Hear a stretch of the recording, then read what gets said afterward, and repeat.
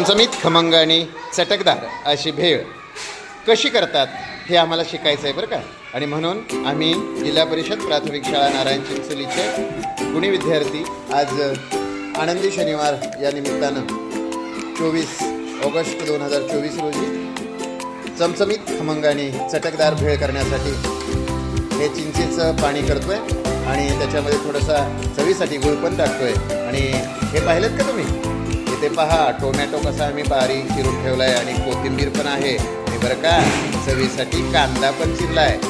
आणि आम्ही हे सगळं विद्यार्थ्यांनी केलं आहे. छोट्या छोट्या हातांनी छोटे छोटे तुकडे केले. सगळ्यांनी छोटी छोटी वर्गणी गोळा केली आणि बरं का सरांना मुद्दाम आम्ही जरा मोठी वर्गणी मागली, त्यांनी पण दिली. आणि मग आम्ही आता करतोय इथं चटकदार खमंग चविष्ट तोंडाला पाणी सुटतंय.